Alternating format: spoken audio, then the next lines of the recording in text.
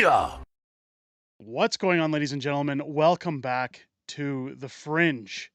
Protests are happening over in Ireland right now at a very alarming rate. We're seeing many protests concerning around university demonstrations in regards to Palestine. Now, again, before we show this footage, I'm going to state very, very clearly I support Canada. I think we should handle Canada first. I don't take a side in any of this conflict, although many people have drawn where they stand in this situation. What I'm here to talk about today is a bigger problem, I should say, that's coming and already present in Canada. And I wanted to talk about what's happening in Dublin as tensions are mounting. People are starting to push back. It starts to remind you of certain places that you may live currently. And I think that's why it's important we talk about it. As an anti-immigration protest in Dublin is met by counter-demonstration. Protesters draped in Irish flags marched down O'Connell Street amid heavy Garda presence. Now, I do have viewers over in Ireland, so if you're dealing with this right now, if you want to shine down in the comments, let me know what you think about what's going on or give us some more insight. I would greatly, greatly appreciate that. It says here several hundred people marched through Dublin City on Monday in a rally organized by anti-immigration campaigners. Protesters draped in Irish flags chant "Out, out, out" as they walk down O'Connell Street. Some wearing hoods, balaclavas, and sunglasses chanted "Our Streets" while waving Irish flags. The march began at the Garden of Remembrance just after 2:30 p.m., while participants continued to arrive in groups carrying flags and placards. You can see here, "This is our country," shouted one man, arriving with a scarf hiding his face. The march went past GPO, where about 200 people staged a counter protest united against racism. This is the key I wanted to point out in this situation. There's a lot of people here talking about how their country is essentially going to hell. The borders are open, migrants are flooding in, and much like what you're seeing in Canadian streets, American streets, people have nowhere to go. We're not vetting anyone, they're just coming right in. And Canada has recently made an announcement that we're going to take thousands from Gaza into Canadian borders. And of course, you're going to see more of this here, where people, again, can't afford to live. Homeless encampments. We've already gone over $100 million in terms of putting up asylum seekers in hotel rooms across the country, mostly in places like Niagara Falls and certain areas of Quebec. But what we're starting to see here is a revolution of people pushing back, saying they're not here for a better life. They're not here for anything other than to colonize, to take over. And before people say, "Hey, Derek, you're a racist," uh, this is why they introduced these words to it. Because it's not about what's best for your country. It's not about what's better for your GDP or what's better for, again, handling your own problems within your own country. It's about opening your doors and just allowing anyone to come in and move in, where I can tell you right now in Ireland, people have had enough. I'm going to get into that a little bit further here. Those attending the counter protest held Palestinian flags and placards which read, "No to far right lies and racism." Again, far right being associated with anybody pushing back to this. Others read, "Homes for people, homes for all. War creates refugees. Welcome all refugees." Again, homes for all is the biggest problem. You see that in Canada right now. You've heard about it in New York State if you're watching political news, where they're having an issue right now with what they call squatters. Now, I talked about this in great detail on a video last week, where I pointed out that in the city of Hamilton, people who were protesting in tents in front of their city hall were threatening to squat in people's homes and essentially try to duplicate what's happening in places like San Francisco, other places in California, Los Angeles, and now in New York, where essentially when you leave your home for an extended period of time, squatters move in, they claim squatters' rights, they quickly get some kind of written contract or mail in their name delivered to that address, so that when the police show up, they essentially say, "Nope, I live here. This is now my residence." And the police, due to certain laws, are not allowed to evict these people. And again, the owners of the property essentially going bankrupt or having to go through the courts in order just to try and get their homes back. It takes months to go through this process and thousands of dollars, or they're left with the alternative, which is walk away from their property and let the bank foreclose. As we see here, between them and those marching at the Garden of Remembrance stood a line of Gardaí. These were tense exchanges, and the anti-immigration rally passed the counter-protest, where Gardaí blocking some of the marchers who tried to cross the other side. A heavy police presence, including members of the public order unit, were well in place to advance the protest. They were then stationed in groups along the length of O'Connell Street, with a particular concentration at the Spire. One young child with an Irish flag draped around him and a placard read, "Irish rights are under attack." Again, we're going to focus on this because this is the same problem in Canada. There were protest groups within the crowd with the Newtown Mount Kennedy in Wicklow, as well as Coaldock and Eastwall in Dublin. I'm sorry if I've mispronounced any of that. It took about 45 minutes for the entire crowd to pass through O'Connell Street, which caused significant traffic disruption. Now, again, this article from the Irish Times, again, trying to make it sound like these anti-protesters are a huge, huge problem. But I spoke about this on last Friday's stream, which, by the way, if you haven't joined us yet, for those, you should join us every Friday night at 6 p.m. Pacific, 8 p.m. Central for Friday Night Fringe, where we talk about things like this, where I said this is a colonization problem. People like Jeremy Mackenzie made a very good point. They were talking about other YouTubers and their views on ethno-states, I guess you could call it. And a lot of people, again, immediately associate this with racism. But the problem with that is when Jeremy Mackenzie compared it to if white people from Canada were to go into somewhere like Japan, where you get into their political system, you win a top position in their political system, and then you start bringing over other people from Canada to get into their, or infiltrate, as Klaus Schwab would say, their political system. Then you start bringing over migrants, and before you know it, you start taking over their policies, how they do things, their traditions. It becomes colonization. You're not being held to the values of that country to assimilate when you move there out of woke ideology, to be told, well, it's racism if you push back in any way, shape, or form. These people are from war-torn countries. You should be more sympathetic to their outcries, to their problems. Now, there's a great video here called "Crisis is Ireland in the Brink of a Revolution." It's an hour and 10 minutes long. This was sent to me by one of my channel moderators, and he's fantastic at finding this kind of stuff. But I would highly recommend going to watch this entire video. It is definitely eye-opening. It's a fantastic piece, and it really explains a lot of what I'm trying to convey here, down to the detail, from someone living in Ireland. However, I want to highlight two clips from this video, and I will have a link down below to this video in the description, again, at Uber Boyo coming out to talk about what's happening in Ireland. There has been a confrontation between the Irish native people and the police forces in Ireland that has started to escalate. Videos are coming out of police organising in battle lines and pepper spraying the locals. Now, this is taking place in a rural town in Wicklow called Newtown Mount Kennedy, near the famous monastery of Glendalough.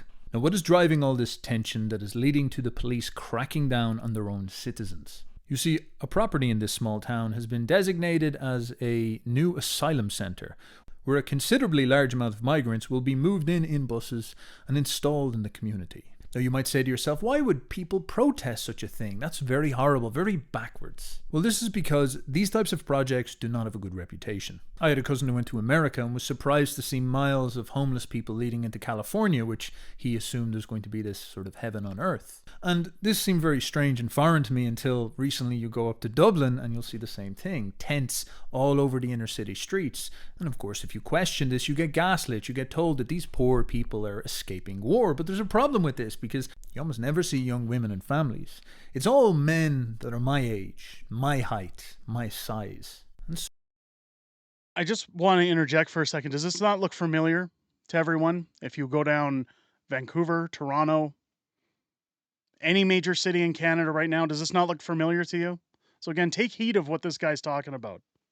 So, of course, I understand the people of Wicklow. Why would you want more of me around? I'm a big dork. Imagine 150, 200 of me loitering around your town. I don't think that'd be very nice, would it? And almost the entirety of Ireland has made the decision that they don't want this to happen to their small towns. They don't want busloads of men coming in and getting installed into their communities. It's just not something that they're interested in. Consistently, about 80% of the population have said in polls and votes and surveys that they do not want this to happen.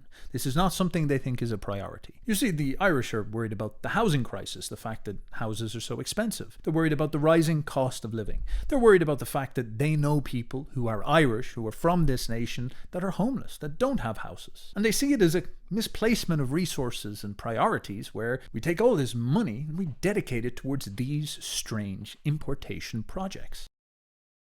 Again, I want to caution as we move forward. Does this sound familiar?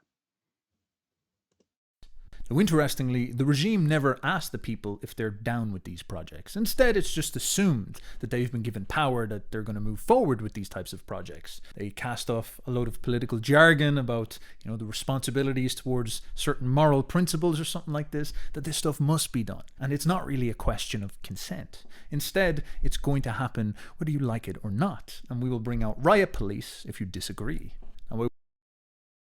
Now, again, this is a very lengthy video, ladies and gentlemen, but I wanted to highlight that introduction because, again, it sets a precedent for what exactly goes into detail in this video as to why this is such an overgrown problem. We're seeing the same problem in Canada right now at a time where we have carbon taxes, where we have higher income taxes, where people can't afford utilities, food, basic necessities.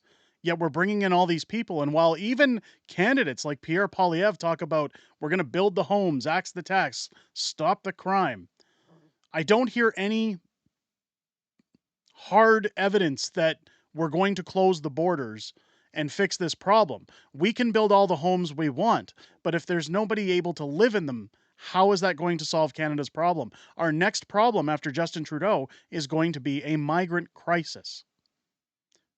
If you think houses are unaffordable now, just wait if this continues. Now, to kind of hammer down what I'm talking about, this gentleman here again explains what this is all about. And then I'm going to get into why this is happening in Canada and why, again, we should be very cautious and be confronting our political representatives, whatever party they represent, as to why they're allowing this and what they're going to do to make life better for Canadians. Let's take a listen. Now, I'm saying all this because it's important to become savvy to the nature of modern warfare. This is psychological warfare combined with hybrid or fifth dimensional warfare, as you heard the Finns mention, which means that I'm no longer in the 21st century going to run up and get loads of tanks and show up in your country and be like, I'm here to fight you guys, come on out and let's fight together.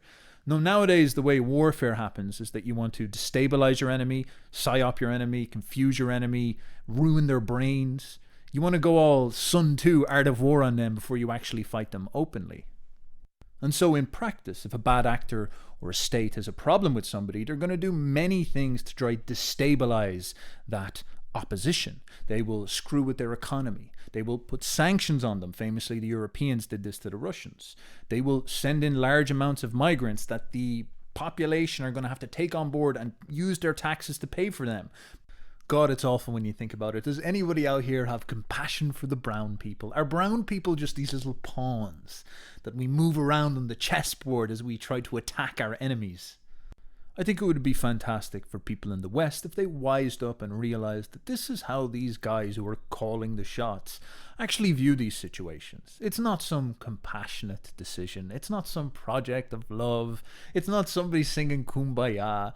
These guys are running massive state operations and they have their geopolitical enemies and their goals and these plans to transform the world in ways that they see fit to suit themselves. They see all these brown people as really useful tools in this project. They only want you to be compassionate and to be empathetic. This could not work unless their enemies had a problem with compassion and with empathy. How would the Russians pump Muslims into Finland unless the Finns had this quandary, this moral conundrum inside of their head saying, is it wrong or right to do this? Surely I have to be a good person here and just open up this border and let all these Russian agents in that are getting sent to my border. This is what they need to play on. Again, and as he talks about what's going on in Finland, other countries around the world, this is where it's important. He's got a very good point. And this is why, again, I would highly recommend going to watch this video, Crisis is Ireland on the Brink of Revolution. Again, it's just over an hour long, but it's worth every single minute. I can promise you that, ladies and gents. But part of the reason that I want to bring it up is because this is happening already in Canada. When you talk about dumbing people down, when you talk about destroying their economy, when you talk about all the agendas that people have coming into the countries. And again, he mentions brown people. It's not necessarily the color of skin. It's the what he says psychological warfare that's going on. You can see this tweet here from Cat Canada says this aged very well, unfortunately. Let's take a listen. Keep in mind, this was covered by Rebel News not too long ago. By 2060, Muslims will be the biggest religious group the world over. What are you going to do then? Actually, are you going to oppose Sharia even then? If we have families, we are making babies. You're not. Our population is going down the slump. One day we can have a Muslim majority nation here in Canada. Right in your face. You say that you want Sharia law to displace Canadian law. That doesn't sound very respectful. If you are in majority, you wouldn't have any other option, my friend. Islam doesn't endorse gayism. Islam doesn't endorse homosexuality. The gay people are doing is against the commandments of God. By 2060, Muslims will be... That is a very dangerous statement. And this is one of the things, again, I wanted to highlight as we constantly see the Palestine protests. When I talked about in the past the relaxed legal measures being taken against those protests, the government is essentially being pushed into a corner. When you look at these university protests now, when you look at everything going on from city to city every weekend with these rampantly upscaling protests, the government's being pushed to a corner now where they're going to have to make a decision. Are they going to allow the virtue signaling to continue? Are they going to allow this colonization to continue moving on in our country? Or are they going to do something about it, put a stop to it, and say enough is enough? The biggest problem is while they're virtue signaling these forever wars that are going on overseas, if they stop the protests, they're essentially becoming hypocrites of what they preach to the people. So it's going to be interesting to see what happens. But again, I would strongly caution everyone, talk to your representatives. If you're wanting to vote Conservative in the next election, ladies and gentlemen, this is the time to start asking your Conservative representatives, what are we going to do about this problem? How are we going to fix the immigration problem in this country? I can tell you right now that as more and more people start to talk about leaving Canada, Pierre Poilievre posted a video yesterday talking about or showcasing a young woman who said, we're leaving the country because we moved far away from our family. We can't afford to go and see them. They can't afford to come and see us because of the costs of Canada, the cost of living in Canada. They said, Canada's a beautiful country. We're going to miss it, but we can't afford to stay here anymore. We're leaving because, again, our economy is being crippled and destroyed, not only by the government, but by bad actors. When you try to migrate to somewhere like the United States, I've looked into it. Not because I want to move there. I'm staying here for the fight. But I'm curious what it takes to move to another country simply because it's so simple to come to Canada and virtue signal your way past the border. In America, if I want to move there, there's only several ways that I can do it. I have to have a green card sponsorship for a job. I have to have family that lives in the U.S., that resides in the U.S. Or I have to essentially apply to come in, and by owning a home, I can live there, I believe, roughly 6 months out of the year at a time if I wanted to own property, which I legally can as a Canadian. But in order to stay there permanently, I have to show that I own that property. And I also have to go through years and years and thousands of dollars. They say on average $10,000 per family member in order to just start the process to getting your citizenship. Now, I'm not saying that it's impossible to migrate to somewhere like the United States. However, it's a very lengthy, very expensive process versus what I'm seeing to come to Canada in order to just skate past the border and say, I'm seeking asylum, and you're put up in a nice hotel. You get to have your meals paid for. You get your day in court where, again, you say, well, I'm not white, so let me into the country. And again, they show favoritism to that because of this ideology, as it was explained in this other YouTube video. Well, we want to be nice people. We're Canadians, right? That's what we're known for. We're known for being nice. The time for being nice is over. You have to look at the reality of what's coming into the country and what it's going to do to our GDP, to our jobs, to our way of life, to the cost of living, the cost of a home, the cost of food. If you don't think this isn't part of the plan, ladies and gentlemen, this is the schematic. This is the blueprint sitting in front of you. I'm not suggesting racism. I'm not suggesting hating one ethnicity over another. I'm merely suggesting that now is the time to start putting our feet down and saying, shut the borders. No more. No mas. We have to fix our problems here first. And if people don't want to assimilate, if people don't want to adopt Canadian culture, they need to be shown the door and told, you're welcome to leave anytime. I'm not suggesting deportation, although a very large number of asylum seekers needs to be deported immediately. I would suggest that what we have to start doing is having a policy similar to America, where you have to adopt the policies, you have to adopt the country, and if you don't want to, that's okay. We're not going to force you to, but you're going to have a harder time staying here. Let me know what you guys think down below in the comments. Again, I'll have a link below in the description to this very lengthy video explaining in full what's going on in Europe. Again, other news outlets have mentioned they're heading over to Ireland to cover the protests that are going on there. I will be covering any footage that comes through to this channel. If you guys want to see that stuff, let me know in the comments down below. Again, different off topic. It's not really about Justin Trudeau at this point, but it is at the same time. Let me know what you guys think. Are you seeing the same thing? I personally go out of my house now in Calgary, and I can tell you I don't recognize my country anymore. Everybody's speaking Russian,